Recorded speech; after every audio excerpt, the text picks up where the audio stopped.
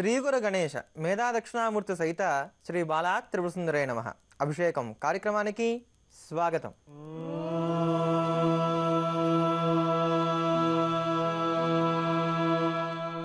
సర్వసాధారణంగా వివాహం కానటువంటి వారికి ఎప్పుడు కూడా ఒక బెంగ ఉంటుంది. ఎటువంటి వాడు వస్తాడో, భర్త లేక భార్య, వాళ్ళతో ఎలా జరుగుతుందో మన వైవాహిక జీవితం అనేటువంటి ఒక బెంగ ఉంటుంది.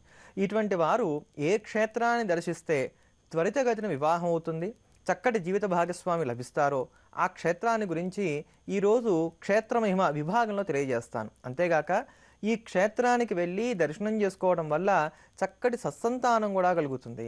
సంతానం లేనటువంటి వారికి ఇది సంతాన ప్రదాయకమైనటువంటి క్షేత్రం. ఈ క్షేత్రంలో రాహుకాలం కానీ, దుర్ముహూర్తం కానీ, యమగండం కానీ ఇలాంటివి ఏవి కూడా ప్రవేశించబట. సర్వత్రా మంగళప్రదమైనటువంటి క్షేత్రం అంట. ఏమో ఆ క్షేత్రం, ఎలా వెళ్ళాలి ఈ క్షేత్రానికి అనేటువంటి వివరాలన్నీ కూడా క్షేత్రమహిమ విభాగంలో తెలుసుకుందాం. ఈ వారం ఉన్నటువంటి గ్రహస్థితిని కనుక మనం గమనించినట్లయితే శుక్ర, కుజ, కేతువులు ముగ్గురు కూడా కలిసి ఉండటం, అదే ప్రకారంగా గురుడి దృష్టి శత్రుగ్రహమైనటువంటి శుక్రుడి మీద కూడా ఉండటం వలన కాస్త వివాహాది శుభకార్యాలు కానీ లేక ఏదైనా సరే ఒక సత్కార్యం చెయ్యాలి అని ముందుకు వెళ్తున్నటువంటి వారు ఎవరైతే ఉన్నారో వారికి కొంచెం ఆటంకాలు రావడానికి కానీ ఆస్కారం ఏర్పడుతోంది. అలానే మానసిక సంఘర్షణ కూడా ఈ వారం ఎక్కువగా ఉండడానికి ఆస్కారం ఉంది కనుక 12 రాసుల వారు కూడా ఈ వారం అంతా ప్రతిరోజు కూడా దేవీ ఖడ్గమాళా స్తోత్రాన్ని పారాయణ చేసి అమ్మవారికి నిత్యము కూడా పానకాన్ని నివేదన చేసిన లేక మిరియాలతో చేసినటువంటి ఏదైనా సరే ఒక అన్న పదార్థానైనా సరే నైవేద్యంగా సమర్పిస్తూ వచ్చినా కూడా ఈ దోషాల నుంచి కూడా గట్టెక్కడానికి కానీ ఆస్కారం ఏర్పడుతుంది. అటువంటి భవ్యమైనటువంటిది ఈ వారం అంతా కూడా మనల్ని రక్షించేటువంటిది అయినటువంటి దేవీ ఖడ్గమాళా స్తోత్రాన్ని శ్రవణం చేద్దాం. శ్రీంకారాసన గర్భితానలశిఖాం సౌక్లీం కళాం బిభ్రతి సౌవర్ణాంబరధారిణీం వరసుధా దౌతాం త్రినేత్రోజ్వలాం వందే పుస్తకపాశమంకుశధరాం స్రగ్భూషితాముజ్వలాం త్వాం గౌరీం త్రిపురాం పరాత్పరకళాం శ్రీచక్ర సంచారిణీ.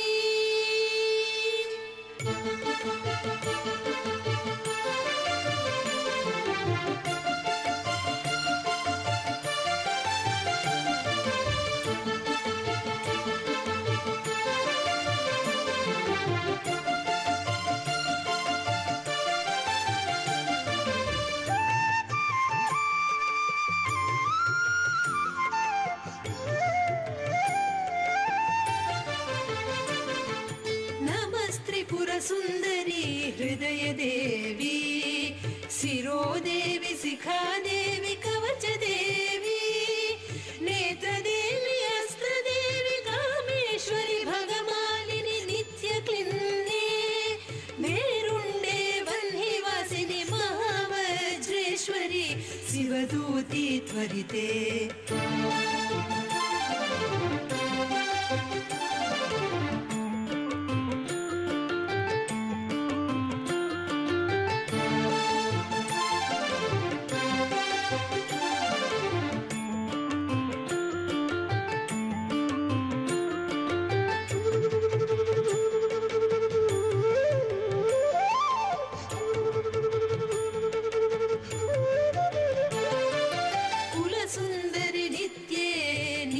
पताके विजये सर्वमंगले ज्वालामालिनी चित्रे महानित्य परमेश्वर परमेश्वरी मित्रे समये षष्ठी समये मुड्डे समये चर्यानाथमयी.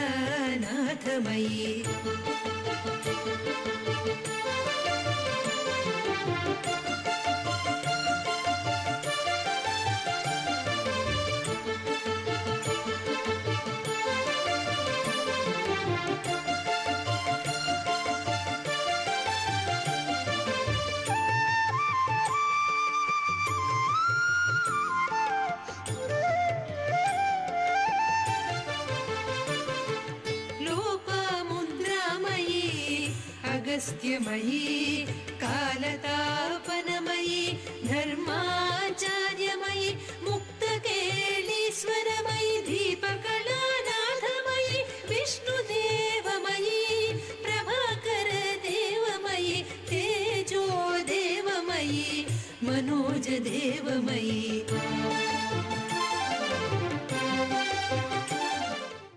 పర్వాలన్నిటిలోకి కూడా ఆదివారం చాలా శ్రేష్టమైనటువంటిది. అటువంటి ఆదివారం నాడు చేసేటువంటి దేవతారాధనలు కానీ, మంత్రోపదేశాది క్రియలు కానీ, ఏవైనా సరే దైవికమైనటువంటివన్నీ కూడా సత్ఫలితాలు ఇస్తాయని చెప్తారు. అటువంటి ఆదివారం నాడు నేడు ఉండడం, శ్రీరామచంద్రమూర్తి యొక్క జన్మ నక్షత్రం అయినటువంటి పునర్వసు నక్షత్రం నేడు కలిసి రావటం, వీటన్నిటికీ కూడా ప్రత్యేకించి ఆమలక ఏకాదశి అనేటువంటి పర్వం కూడా నేడు ఏర్పడడం వల్ల ఈరోజు చాలా పవిత్రమైనటువంటి రోజు. ఆమలకం అంటే ఉసిరికాయ. ఉసిరి చెట్టులో ఈ రోజున మహావిష్ణువుని పూజించాలి అని చెప్పని మనకి శాస్త్రవచనం ఉంది. అంతేగాక అన్నింట స్నానాది క్రియలన్నింటిలోకి కూడా ఉసిరిక పప్పును వాడుకోవాలట. అందుకని ఈ ఏకాదశికి ఆమలకి ఏకాదశి అనేటువంటి పేరు వచ్చింది. ఒక్క ఉసిరికాయని రోజు కూడా తినడం అనేటువంటి ఒక అభ్యాసంగా పెట్టుకున్నట్లయితే గనక వారికి పళ్ళుడడం కానీ, జుట్టు రాలడం కానీ, లేక ఈ శరీరం మీద ముడతలు ఏర్పడడం కానీ, ఇటువంటి వార్ధక్య లక్షణాలు ఏవైతే ఉన్నాయో ఇవన్నీ రానివ్వకుండా కాపాడుతుందని, ఉప్పు తప్ప షడ్రుచులు కూడా ఇందులో ఉంటాయి కనుక ఆరోగ్యం పరిరక్షింపబడుతుంది అని చెప్పని మనకి ఆయుర్వేదం తెలియజేస్తోంది. ఈ ఆయుర్వేద రహస్యాన్ని మనందరికీ కూడా తెలియజెప్పడానికి గాను మహర్షులు ఏర్పాటు చేసిందే ఈ ఆమలకి ఏకాదశి మహాపర్వదినం. అటువంటి ఈ ఆమలకి ఏకాదశి పర్వదినం నాడు సాక్షాత్తు లక్ష్మీనారాయణను పూజించాలి, వారిని స్తోత్రం చేయాలి. అటువంటి ఈ మహాపర్వదినానికి సంబంధించినటువంటి ఈ క్రమంలో ఈరోజు లక్ష్మీనారాయణ స్తోత్రాన్ని శ్రవణం చేద్దాం. స్వామివారి యొక్క పూర్ణమైనటువంటి అనుగ్రహాన్ని పొందుదాం. నారాయణ నారాయణ జయ గోవింద హరే గోవింద హరే నారాయణ నారాయణ జయ గోపాల హరే గోపాల హరే నారాయణ నారాయణ జయ గోవింద హరే గోవింద హరే నారాయణ నారాయణ జయ గోపాల హరే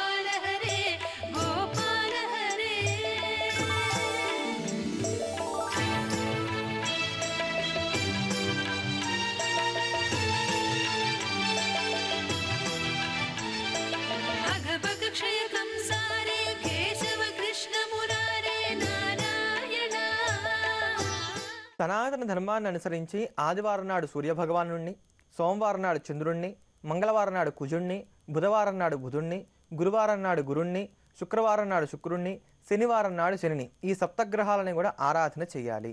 రాహుకేతువులు ఇద్దరు కూడా ఛాయాగ్రహాలు గనక వాళ్ళని వదిలివేయవచ్చు. లేదా మంగళవారం నాడు రాహువును, శుక్రవారం నాడు కేతువును కొన్ని సాంప్రదాయాలను అనుసరించి, లేక మరికొన్ని సాంప్రదాయాలను అనుసరించి మంగళవారం నాడు కేతువును, శుక్రవారం నాడు రాహువును ఆరాధన చేయాలి అని చెప్పని. ఇలా రోజుకొక గ్రహాన్ని ఆరాధన చేయడానికి వీలు పడినటువంటి వారు ఎవరైతే ఉన్నారో వారు కనీసం ఆదివారం నాడు సూర్య భగవానుని గనక ఆరాధన చేసినట్లయితే, గ్రహాలన్నిటికీ కూడా మహారాజు గారు కనుక సూర్యుడు సంప్రీతి చెందినట్లయితే తజ్మా గ్రహాలన్నీ కూడా ప్రీతి చెందుతాయి అని చెప్పిన ఆర్షవాక్కు. అందుకనే ఆదివారం నాడు ఖచ్చితంగా భగవంతుడైనటువంటి ప్రత్యక్ష నారాయణుడైనటువంటి సూర్య భగవానుని సేవించాలి.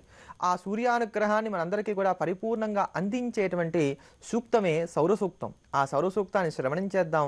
వారమంతా కూడా భోగభాగ్యాలతో కాలం గడుపుదాం.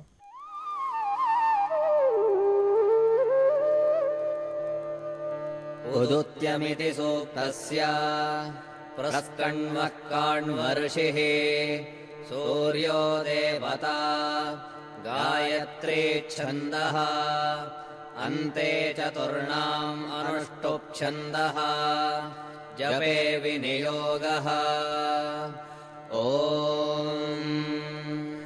उदुत्यञ्जातवेदसं देवं वाहन्ति केतवाः दृशे विश्वाय सूर्यम् अपत्येताय वो यथा नक्षत्रायन्त्यक्तुभिः सूराय विश्वचक्षसे अदृश्रमस्य केतवो विरश्मयो जनाङ्गनो भ्राजन्तो अग्नयो यथा तरणिर्विश्वदर्शतो ज्योतिष्कृदासि सूर्या विश्वमाभासि रोचनम् प्रत्यङ् देवानां विशः प्रत्यङ्मुदेशि मानुषान् प्रत्यङ् विश्वं स्वर्दृशे येनापावकचक्षासा भुरण्यन्तञ्जनाङ्गनो त्वं वारुण पश्यासि विद्यामे शिरजस्पृत्वहामिमानो अक्तुभिः पश्यञ्जन्मानि सूर्या सप्तत्वा हरितो रथे वहन्ति देवसूर्या शोचिष्के एषं विचक्षणा अयुक्तसप्तशुन्धुवः सूरो रथस्य नप्त्याः ताभिर्याति स्वयुक्तिभिः उद्वयं तमासस्परिज्योतिष्पश्यन्त उत्तारम् देवं देवत्रा सूर्यमगन्मज्योतिरुत्तमम् उद्यन्नद्यमित्रमहारोहन्नुत्तारान् दिवम् हृद्रोगम् ममासूर्य हरिमाणम् च नाशय शुकेषु मे हरिमाणम् रोपणाकासु दध्मसि अथो हरिद्रवेषु मे हरिमाणम् निदध्मसि उदागादयमादित्यो विश्वेन सहासा सह द्विषन्तम् मह्यम् रन्धयन्मो अहम् द्वेषते राघम् इति त्रम् देवानामित्यस्य सूक्तस्य उत्स आङ्गीरसऋषिः सूर्यो देवता त्रिष्टुप्छन्दः जपे विनियोगः यत्रम् देवानामुदागादने एकम् चक्षुर्मित्रस्य वरुणस्याग्नेः आप्राद्या वा आपृथिवी अन्तरिक्षम् सूर्या आत्मा जगातस्तस्थुषश्च सूर्यो देवीमुषसंरोचामानां मर्यो न योषामभ्येति पश्चात् यत्र नरो देवयन्तो युगानि वितन्वते प्रतिभद्राय भद्रम् भद्रा अश्वा हरितः सूर्यस्य चित्रायेतग्वा अनुमाद्यासः नमस्यन्तो दिव आपृष्टमस्तुः परिद्यावा पृथिवीयन्ति सद्यः तत्सूर्यस्य देवत्वं तन्माहित्वं मध्याकर्तोर्वितातं संजाभारा यदेदयुक्तहरितः सधस्तादाद्रात्रे वासस्तनुते सिमस्मै तन्मित्रस्य वरुणस्याभिचक्षे सूर्यो रूपं कृणुते द्योरुपस्थे अनन्तमन्यदृषादस्य पाजः कृष्णमन्यद्धरितः संभारन्ते अद्यादे एवावुदिता सूर्यस्य निरंहासः पिप्रता निरावद्यात्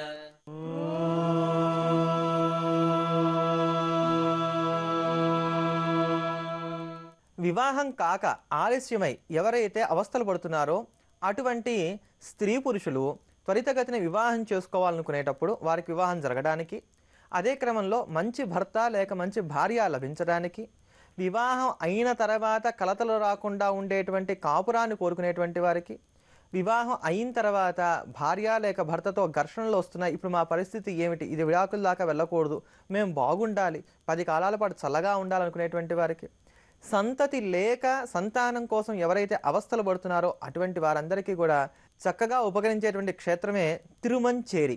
ఈ తిరుమంచేరి తమిళనాడు రాష్ట్రంలో ఉన్నటువంటి కుంభకోణానికి చాలా దగ్గరలో ఉంటుంది. కుంభకోణం నుండి 26 కిలోమీటర్ల దూరంలో తిరుమంచేరి ఉంటుంది. ఈ తిరుమంచేరి గొప్పదైనటువంటి శివాలయము.